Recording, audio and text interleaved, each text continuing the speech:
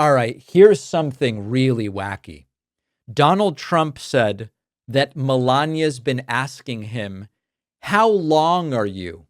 Are you as long as golfer Bryson DeChambeau? Now, of course, Trump is referring to golf, not the size of his, but it all is really weird the way Trump says it. And it really does point to how Trump has used masculinity and bravado as part of his brand. Listen to this, and then we'll talk about Play it. golf a lot together. It's not a very pleasant experience for me because I always consider myself a reasonably long hitter, and then I play with him, and I go home and I say, my wife said, "Are you as long as Bryson?" I said, "Yeah, sort of, pretty close. It's not close." Are you? Melania was worried. Am I as long as Bryson? And I said, "Oh no, I'm almost as long as he is." So he's talking about golf, right? And it's Trump's kind of inarticulate, weird way of talking about things. Trump has used imagery of masculinity and personal bravado to build the cult of personality around himself. And whether it's bragging about winning golf tournaments that he organizes, or claiming he got awards that don't exist, or name dropping celebrities, the subtext is always the same. He's the alpha, and you'd better know that. Doesn't matter that he's obese and does all sorts of stuff typically not considered to be particularly masculine, the tanning and the makeup and the hair stuff and the entire thing.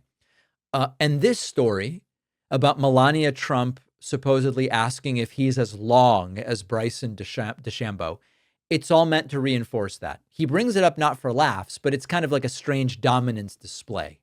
I hit really far, maybe not as far as Bryson, but certainly far enough. And I see it as completely Freudian.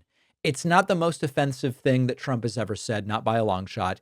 It's just a reminder that even when the topic is as harmless as golf, he talks about one primary thing, and it is himself. And even the most ordinary, just meaningless story becomes one of these ego-driven spectacles that his followers, quite frankly, have come to expect. And to a degree, Trump's followers know that he's not the alpha that he claims to be. But for their own sort of edification and satisfaction, they want to be told these stories about Trump, and they want to believe these stories about Trump. So we all know that he was talking about golf in some kind of Freudian way. It seems maybe what he was really alluding to here was penis size, whether he knows it or not. But Trump must be seen as the alpha. And until you see him that way, the anecdotes are going to continue.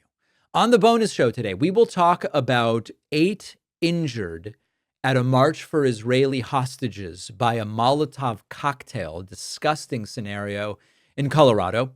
New polling shows AOC is seen more positively by Americans than both Donald Trump and Kamala Harris. Is it statistically significant? We will discuss.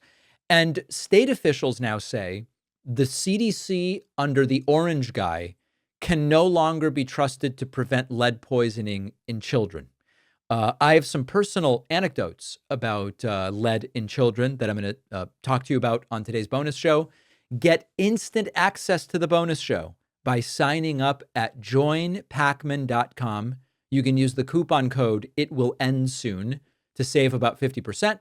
And we will be relaunching our Substack very soon. I would love for you to get on the Substack list. You can do so by emailing info@davidpacman.com or simply sign yourself up on my website, davidpacman.com. A lot of exciting things happening. I will see you on the bonus show, and I'll be back with you tomorrow.